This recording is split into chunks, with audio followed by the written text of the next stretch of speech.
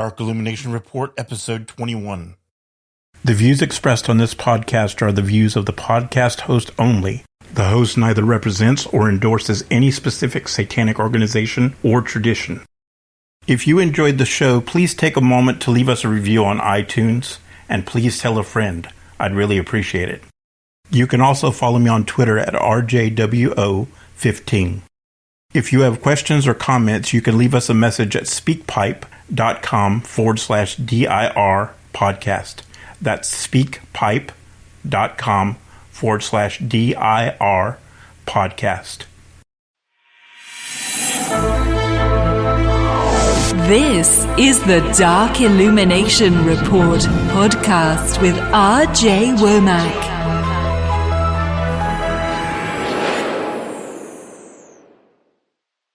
Hey everybody, thanks for joining me for yet another episode of the podcast. This week I have something unique. I have an interview with Eris Kallisti of My Little Baphomet, which I really think you're going to enjoy. For those of you who aren't familiar with what Eris does, she makes little dolls of the Goetia demons as well as gods and goddesses from other pantheons. And they're all custom made and they're all nicely done and it's just really cool work. So I really wanted to interview her because I want to encourage people who are creative and who give respect to the demons in whatever they do. Eris gives her link at the end of the podcast. If you're interested in going to the link, you can find it in the description of the show as well. And you can also find it on my website at rjwomack.com.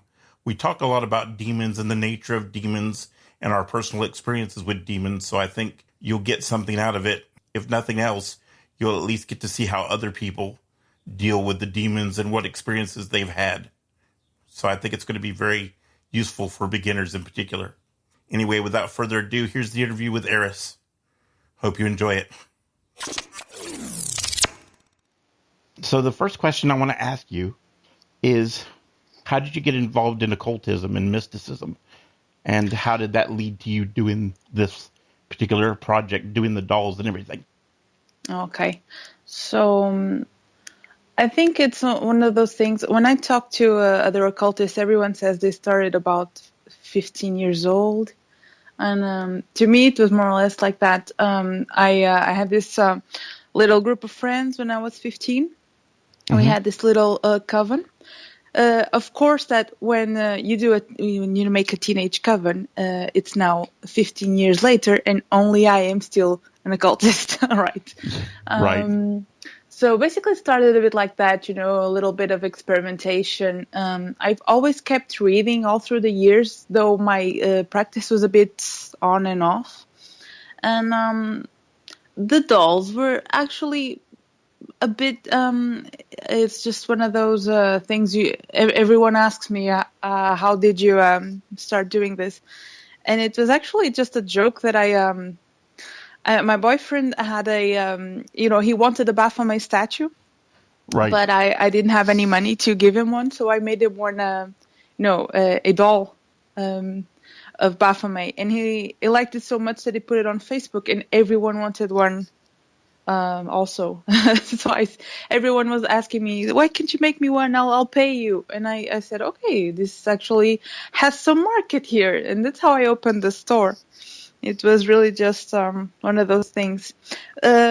Meanwhile, I've done so many different things because what started off as a joke actually became a tool for ritual for many people. I myself also use it sometimes, as a tool because I have some spirits that will request a doll to be made. And I do have one in my altar. The Ganesha one that I've made this week is actually sitting in my altar right now. And that's basically how it started. It's been only a year, but it's been going very well. And I love it. I absolutely love it. Well, one of the things that we try to do on this show is try to encourage occultists to start their own businesses. We really believe in encouraging entrepreneurship and stuff. So I kind of like to talk to you about what your daily schedule is like, and was this your first business idea, or is this something you've done, in addition to other things you've done in the past with business? Mm-hmm. Well, let me see. Regarding business, I'm one of those people that, well, I usually say I never say no to a job. I've had so many different jobs, because I started off as a movie producer. Actually, a Really? Really? production assistant. Let Wow. me rephrase that. Well, it's not wow. People think it's a very, it's a very glamorous job, but it's awful. It's absolutely awful. But You're that was basically going to my, get coffee and stuff like that, right? yeah, it's terrible. And people are really, really nasty. And I usually say demonolators and occultists are the nicest people in the world.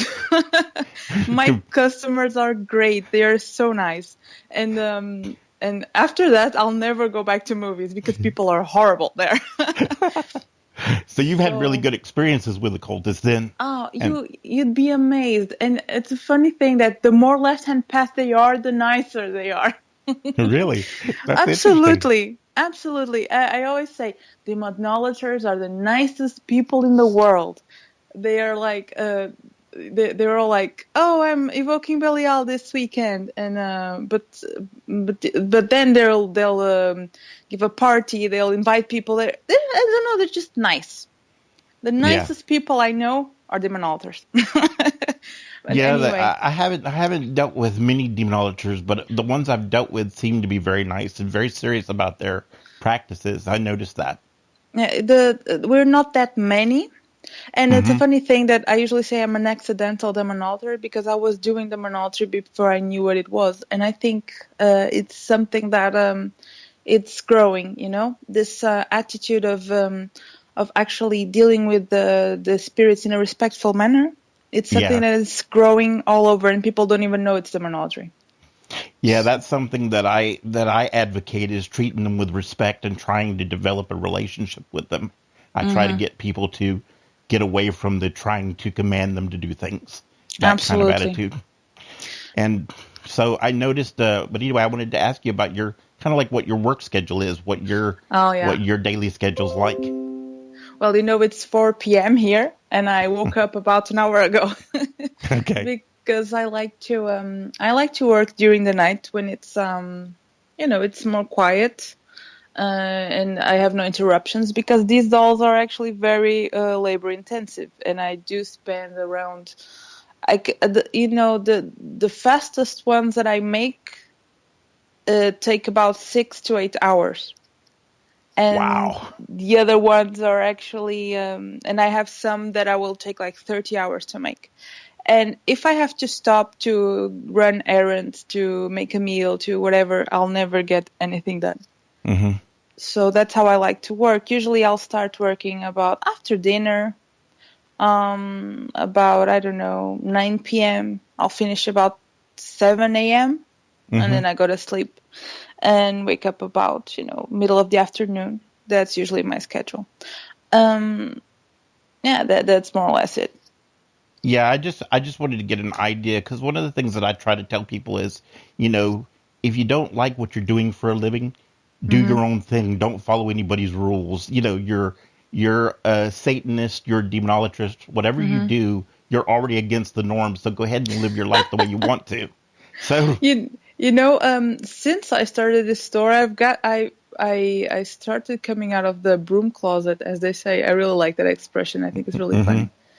And I've been doing this very bit by bit. And when people ask me what I do, I really don't know what to tell them. I usually just tell them, when I tell them I make dolls and I sell them online, people think I'm doing, I don't know,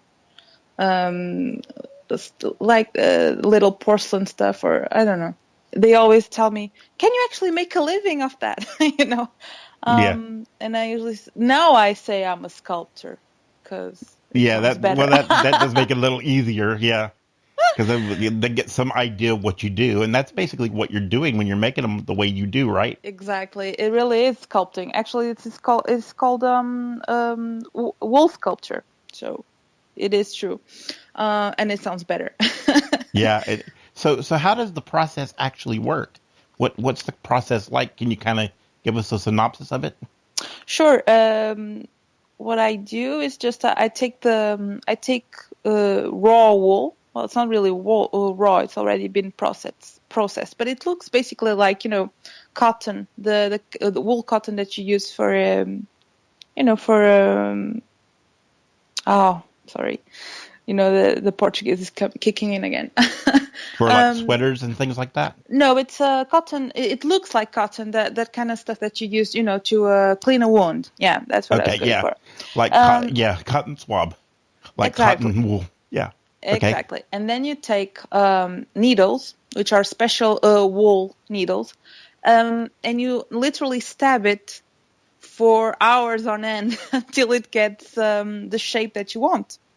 So that's why it's really like sculpture, because you stab at it in certain ways until it gets the shape that you want. And like you said, it's real time intensive, and I'm assuming that it takes a lot of work to do that. It does. To me, it's not a problem because I absolutely love doing it. I started doing it as a hobby, and it's pretty much blossomed into a full-time job, which was surprising to me. But yeah, it's been more or less a year. It actually took off very quickly. I always had, since the first month, I've always had a lot of orders, and because I make them to order, people can go to my website and choose the model they want. Or I also do a lot of commission work, which is something I love to do, because people will. There was one, for instance, I've made a Baron Samedi, Yeah. I've made one for one of my customers, and he said, "I've been having these visions of Baron Samedi. Could you please make me a doll for my altar?" Sure, of course, I'll do it.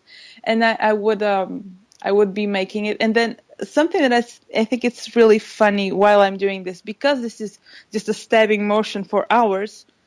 If you're kind of bored, you can get into a trance. Yeah, I could see that. Something repetitive, it'll get you in a meditative state to focus on the demon, right? Exactly. So Baron Samedi showed up so many times. I was dreaming about him. He was, while I was working, he was looking at it. And it happens a lot. Sometimes some of the spirits of the doll will show up, and you can see they're curious. They are, some of them are excited about it, I never had a bad reaction so far. They always love this kind of stuff because, you're helping their their worship. Do you just get into a trance when you're doing it, or do you have a particular ritual method that you use when you want to try to make a connection? I don't have a ritual, because in this case, it's just the fact that you're making the doll.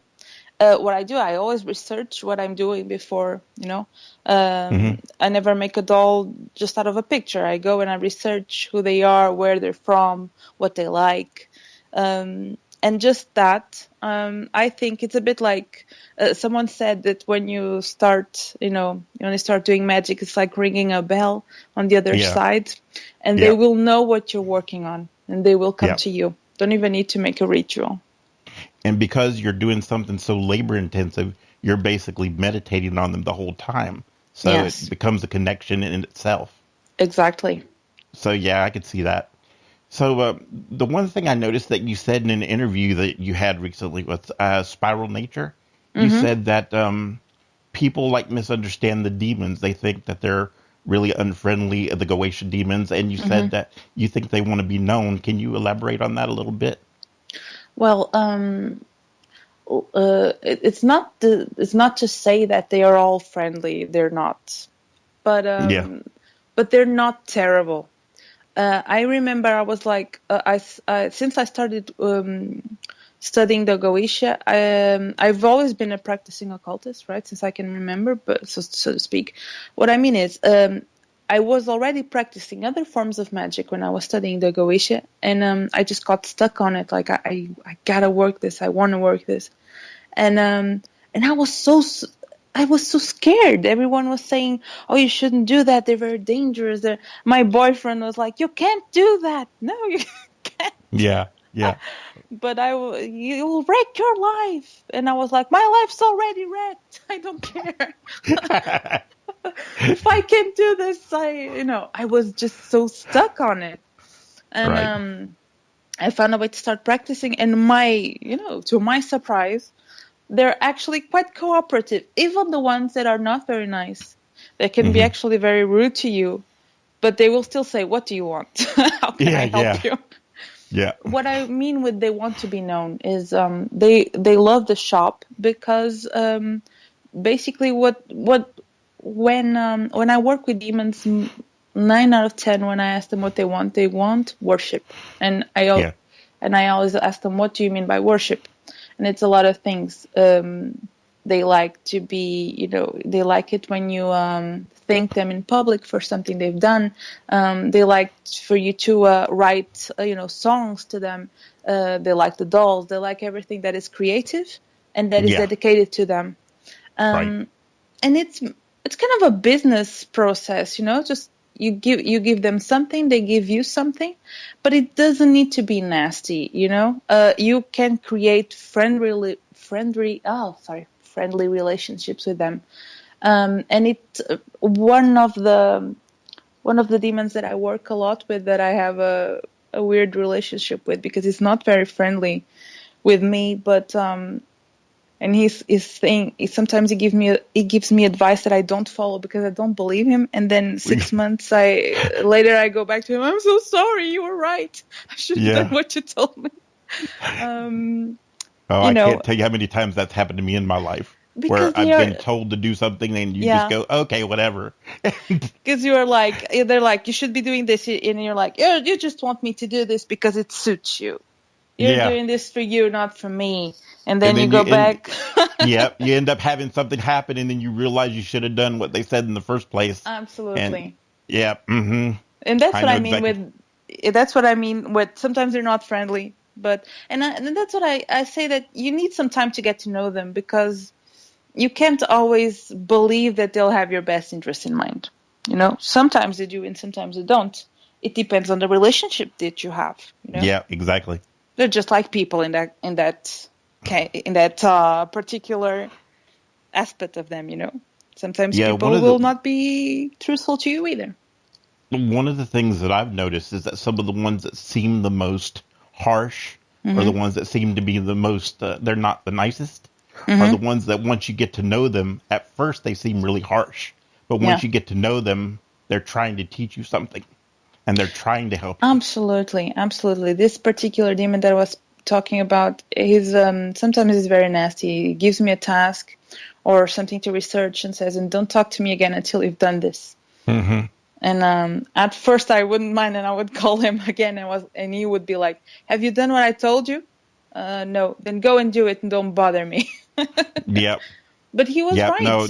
He's trying to teach me something. I need to be more disciplined. I need to actually do what I propose myself to do, because people sometimes I see people talking about. I know some people who say, "Oh, Goetia magic is actually not very good, or it's not very powerful," because just like every kind of magic, they won't do anything for you unless you help yourself.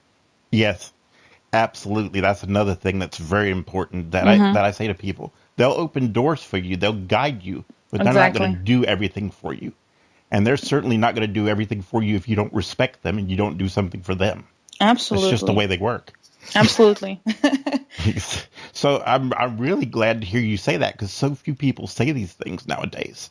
Yeah, I honestly think this is because a lot of people don't do the work and like to talk about magic. Because if you do the work, you'll see this.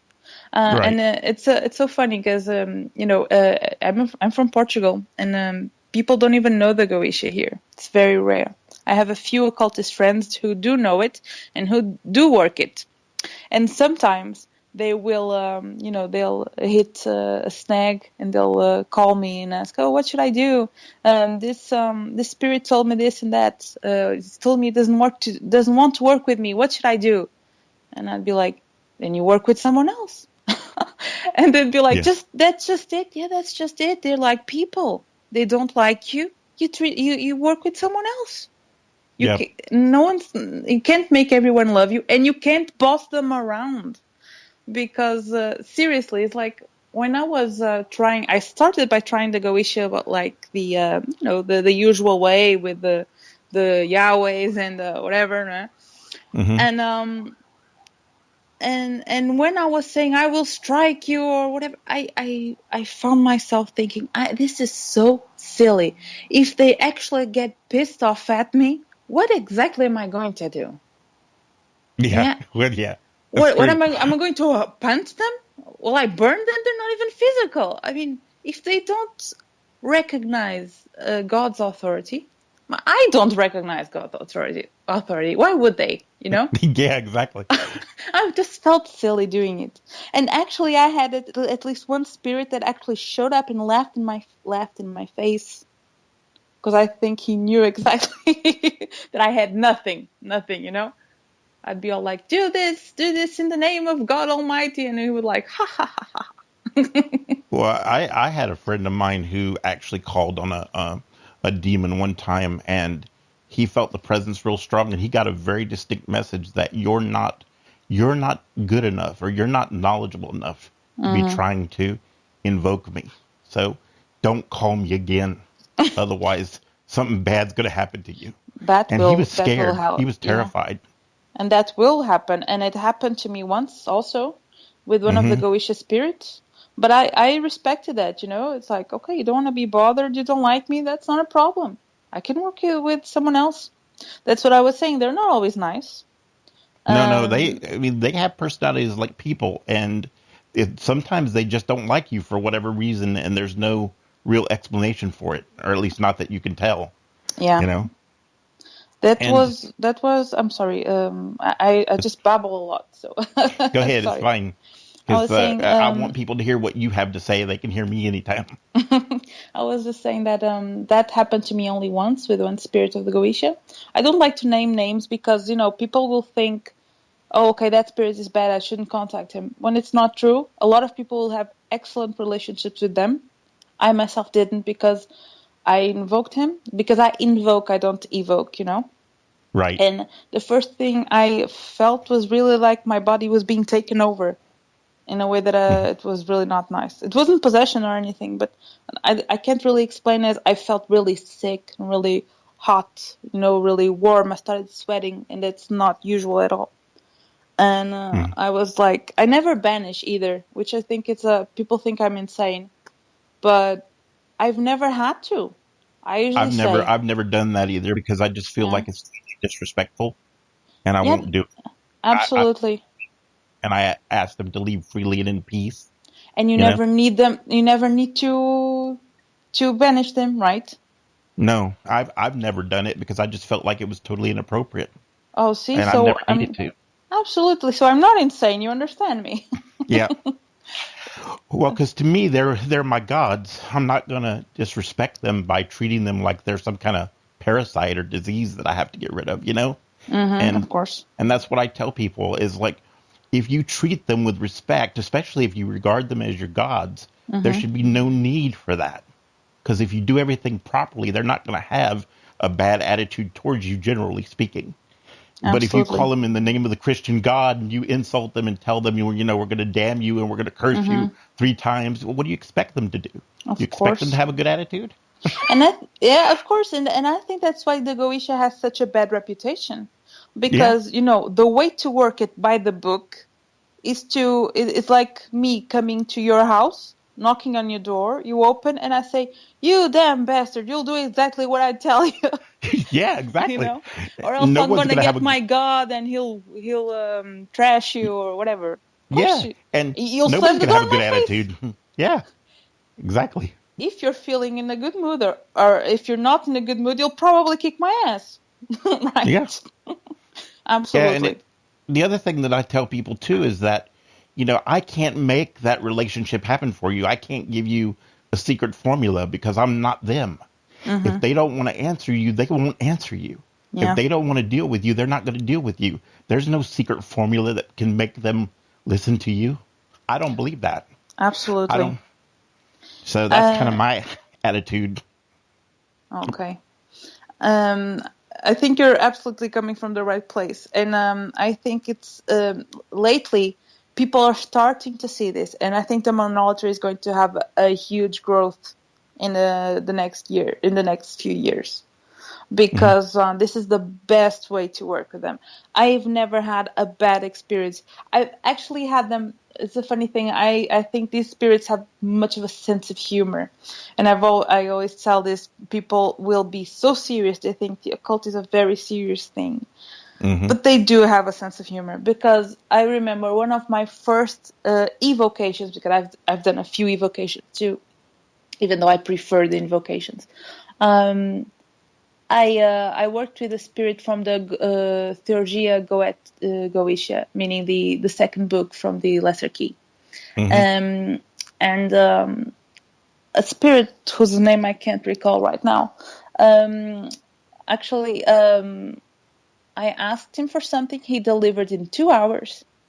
And our deal was that he wanted a loaf of bread. That was just it. But the part of the deal that was actually funny was he asked me to burn the bread to ash after it was, so-called consumed by him. Right. And for me to actually burn the bread would not burn in any way, I torched it, I put it in the fire. It wouldn't burn. And then I asked him, is this okay? It was a bit brown. Is this okay? Can I just throw it in the garbage? He would say, no, you have to burn it to ash. And I spent like 2 hours trying to burn it, and I could just feel him laughing, but laughing and laughing. But he was saying something like, this is the deal, girl. You said you would burn it, now you have to burn it. Yeah, no, they are very much like that, and they are very cheeky. Yeah, exactly. And that's another thing that people who don't practice don't know. That they have personalities, and they have things that they think are funny, and they have specific offerings that they like, which might not make any sense to you at all. Yes. They will sometimes ask for weird stuff. But I think I have some stories that I think are actually funny, and people, like I told you, they have this idea of what exactly it is to work with the Goetian. They think I'm talking to myself, because I have these kind of stories. I remember one of the demons, I said, what do you want in return for such and such thing that I asked? And he said, I want a head. Didn't even say. You're thinking, this can't be good, right? Yeah. And I said, like, what head? And he said, a head, just any head. And I was like, no, you can't get a head. I'm not going to get you one. And he was like, well, what else can you give you? Can you give me? And I said, I can give you wine, candles, incense, and food. What you want? And he was like, candles and wine would be good. Yeah. It's like, how do you bargain down from a head to candles and wine? I don't know, but like you said, they will ask for weird things. I mean, I had certain spirits that what they want is rum and cigars. That's what they want. And you think to yourself, wait, but you're not a voodoo spirit. Why do you want rum and cigars, right? It sounds very voodoo, but that's what the spirit wanted. And another thing I've found is that they sometimes will push the envelope with you to see how far you can go. How far they can get you to go, yeah. Yeah. Like, just imagine I said, yeah, I'll give you a head, and he'd be like, will it be a cat's head? And I'd be like, okay. And the next time to be, well, can it be a human head? And I'd be like, okay. I think that's how people lose their way, and we get into that, Satan made me do it, Yeah, exactly, because they think that just because a demon says it, you have to do it. Yeah, that's what I always say. You're in command, not the demon. It has to be this way. Respectful, yes, but you're not anyone's servant. You are, I wouldn't say they're equal, because it depends on the point of view. But to me, it's always, I will never do anything against what I think is correct, Right. And if, for instance, I started working blood magic a few months ago, and it took me a while to get there, because I wanted to make sure that I was doing the correct thing. And they've asked me for ages to give them blood, But I'll never do something just because a demon tells me. Well, I think sometimes too, it's a test to see if you're stupid. Yeah. I mean, to see if you're worthy to serve them or not. I mean, because think about it. If you're dumb enough to go out and commit a criminal act, what good are you to them? Because because all they have to do is say one thing and you'll just go off and do some criminal thing. You're not useful to them. Once you're in jail, what are you going to do? Yeah. So I think sometimes they test people to see how foolish they are, to see if they have common sense. That's a good point. Because if you're smart enough to question them and go, is that really necessary? Most of the time you'll see that it's just they're trying to get you to think. And if you just assume you have to do it, that's when you get into trouble. Yeah. I think. Absolutely. That's been my experience. So tell me, Brother Nero, I've been very curious too. Actually, I was very excited to come in the show because I never actually get a chance to talk to a real Satanist, And I was wondering, how's your practice?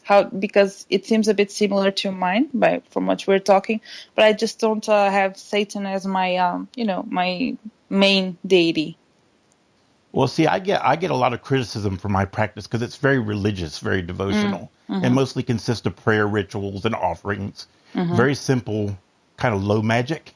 Yeah. And I get a lot of criticism being called a reverse Christian because of that. By the Levians and all those people. I heard a little bit of your previous podcasts, and I actually thought he's like right-hand path Satanist. Because which is it's not very common, but for myself I never actually I don't think I've ever actually talked to one of those before, but I'm not much of a fan of the Levian Satanists because I usually say that's just atheism with pentagrams. But yeah, that's what it is. It's a marketing scheme, and that's what it is. Yeah, I don't really. I don't know. It just doesn't make a lot of sense to me. If you want to be an atheist, go be an atheist. Don't call yourself a Satanist. Yeah, the thing is with me, it started out when I was very young, and it started out with the simple prayers saying to the demons and to Satan, "Are you there? If you're there, show me." And I had certain things that happened that proved to me they existed, and that's how simple it started. It didn't start with elaborate rituals. It was just, if you're there, show me something. Show me that you're there. And I did it in a respectful way. And it's always been that way with me. So I've never done the elaborate rituals. I mean, I studied them, and I studied Thelema. I studied Crowley. Have been a member of various occult groups. But I've always found the simple prayer, offering, simple rituals is the most effective way to get communication. Absolutely. When I was working with the Arbatel, Arbatel de Magia. I've done it. I was coming from Hoodoo, and from Hoodoo style working, and actually, the Arbatel doesn't give you any ritual to contact them. So I would just do my ritual in a very witchcrafty way, with oils, with herbs and candles, and call upon them on the hour, the planetary hour, and the day of the planet. And I had such powerful communication. I had dreams. I had stuff happening during the ritual. It was, the offerings are the strongest way to work. And sometimes I think, why do all those banishing and pentagram and whatever? What for? Why do you need to do 30 minutes of meaningless ritual before you actually get to work and talk to the spirits? If you are going to talk to spirits, just talk to the spirits. And talk to them like you would a person. Have a conversation with them and be genuine about it. And the other thing, too, I would say that for me, they've always contacted me through dreams. That's a big way they've contacted me. Even when I was young, I would do rituals and I would get a response in dreams a lot. Yeah. So that's a very common way for them to communicate with me. Yeah, and absolutely. It's always been a very natural way for them to communicate with me. And sometimes to me, it's very rare that's happening. I can just hear them during the ritual. But some of them, it's funny. It depends on the kind of... I've worked with a lot of spirits. I've sort of made my home in the Goetia because it's where I feel more comfortable. But I've worked with planetary entities and also with angels. And and planetary entities would show up in dreams. And angels would also show up in dreams, but the angels would do something very funny, which is they would sing the message they wanted me to to get, which is kind of a big cliche, right?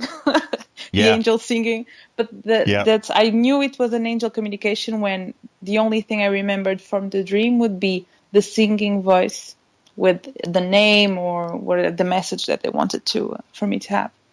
The only angelic experiences I've ever had were always negative. Were always negative, and we had to vanish stuff. Because when I say negative, I mean they would do stuff like if they would just randomly show up, not even be evoked, right? And then random stuff would start happening, like sores would pop out on people, and just weird things would happen, and we'd have to go through a vanishing and it's just a strange experience. And that, I'm just saying what they claim to be. There's no way for us to confirm that. Yeah, they're claiming to be angelic spirits. But I've heard people talk about that, and my idea is that the closer the spirit is to Earth, the better you will understand them, and you'll be able to work with them more effectively. Because I think it's Agrippa called the demons sublunars, right?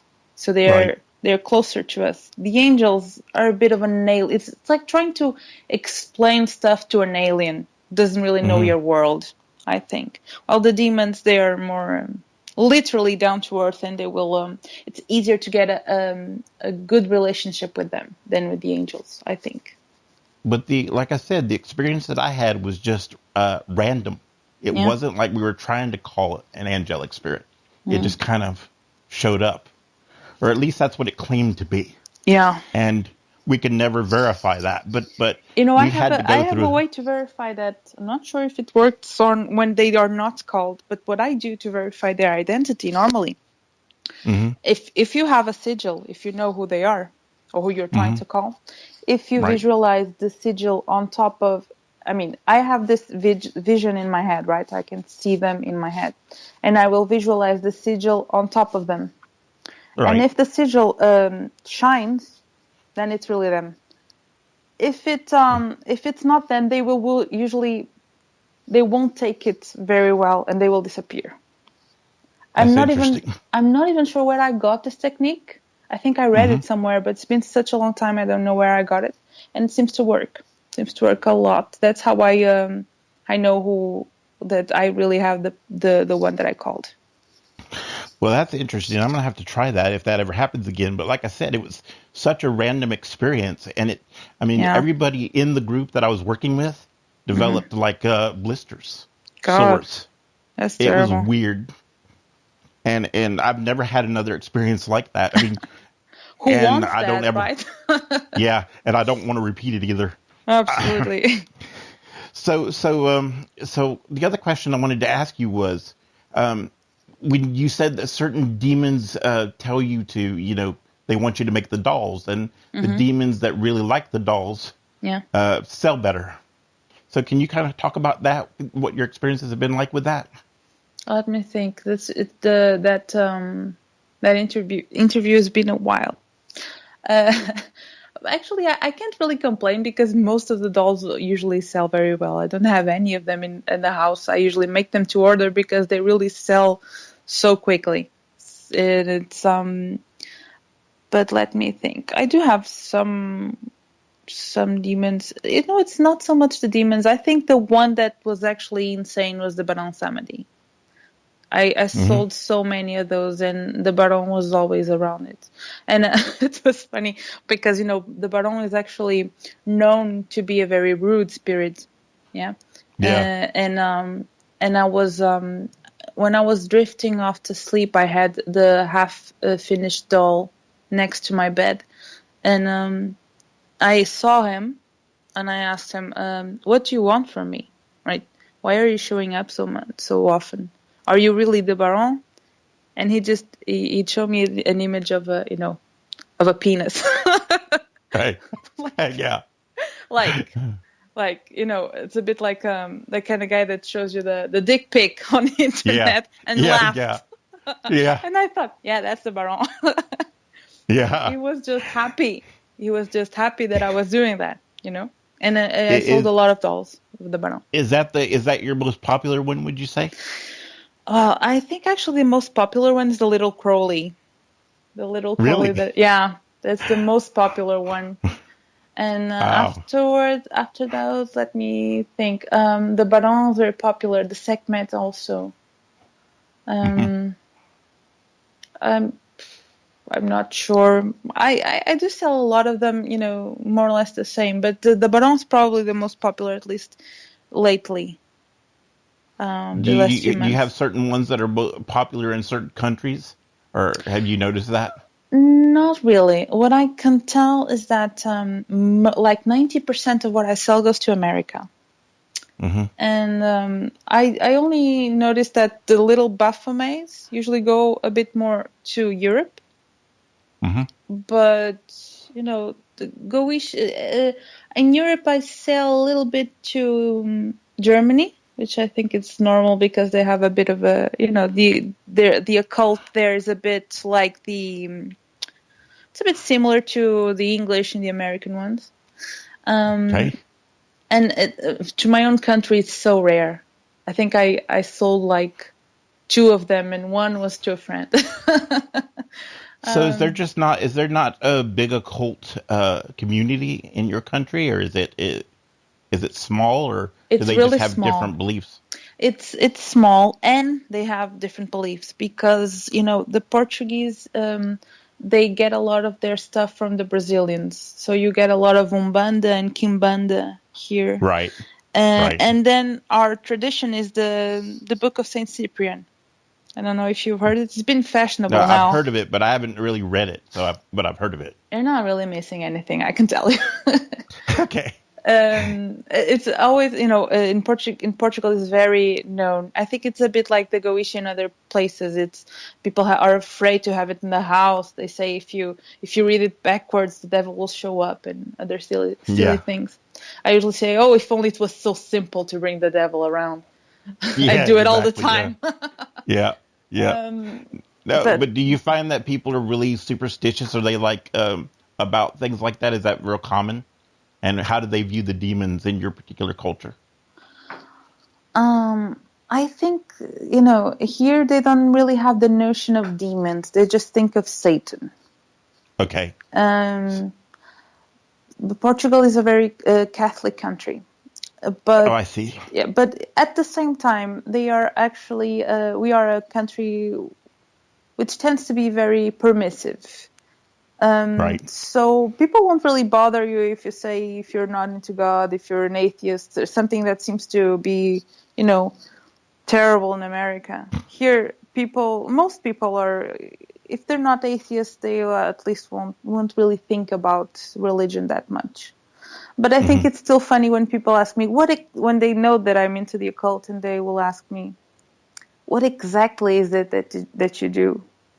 And I'm like, "Let me put this in terms you'll understand. I invoke demons." And they get really scared. Yeah, it is fun to mess with people though. So when they get like that. So I know what you mean. Yeah. But so you don't get persecuted very much, obviously, since they don't really care. Like here, I mean, the born-again Christians, they just have a field day. They go crazy about every little thing. And I guess in Portugal, they don't really care that much, so they just leave you alone. Absolutely. They'll just think you're crazy. They think we're mad, not bad, you see. Yeah, so. that it would be much better if the Christians around here thought like that, but unfortunately they don't. No, and they try to get in. It's something that I find very curious when I talk to people on Facebook and everything. It does seem like in America, religion is still a very important thing. Like if you can't get a president who's not a Christian and all of that. And here, people expect you to, well, at least if you are a Christian, they will not tolerate very well that you try to put your beliefs on them. You see. I have some family who are Jehovah's Witnesses, and the fact that they are trying to bring people into their cult is very badly seen here.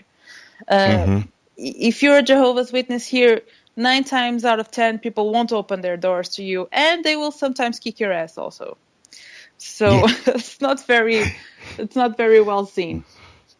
Well, see, that's something that I experienced because I traveled to England several times, and I found that the British, although some of them are religious, they're not fanatical about it. They keep to themselves. And I noticed that the American evangelicals are starting to go to England and radicalize them and make them think like Americans. It's starting a little bit. In Brazil, England is to America like Portugal is to Brazil. It used to be a colony. Right. And I also see that there is a lot of evangelicals there, and they are also showing up in Portugal and opening their churches here. And they have their late night commercials and everything. But people still see them as a cult, and they are very suspicious. So we're kind of safe in that regard. So I have one final question for you. If somebody wanted to get custom work from you, how much time do they need to give you in order to complete a project typically? I will usually take for custom. Well, I always have a little bit of a waiting list, So usually it takes me about 2 weeks to actually deliver. Being custom work or not, I usually take about 2 weeks to actually have the doll made and sent. So it doesn't make a difference whether it's custom or something from the store. It's the same. Yeah, because I make them by order. When by order of purchase. If it comes first, I'll make theirs first. So usually it takes up to 2 weeks. If I'm really busy, it can be up to 3 weeks, but that's usually most around Christmas time or something. Which is funny, right? Because you wouldn't expect these people to celebrate Christmas, but they do. And I've found that a little bit odd. I celebrate solstice. I don't really acknowledge Christmas at all. So when I see Satanists going around wishing each other Merry Christmas, it kind of strikes me as weird, but it's very common. Yeah, but it's because it's more cultural than religious, I think, Christmas. Yeah, it is. It is. Even in America, it is. It's just a cultural thing. And I always have to remember that everything we do on Christmas comes from solstice. It comes from paganism. So that's I guess it really doesn't matter. I've seen a lot of pagans actually trying to reclaim Christmas, doing their Christmas trees and saying, this is my Yule tree or whatever, which is fine for me. Like I said, I'm very open-minded with this kind of stuff. I think whatever makes you happy.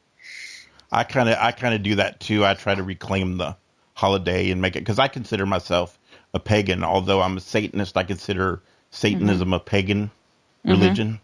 Do you go from the Yazidi book or what? How do you? No, I have texts that I have that I follow that aren't available to people, and I also use the Yazidi book as well, the Al-Jawah. But I have other texts that I have that I don't really share with people because it's not.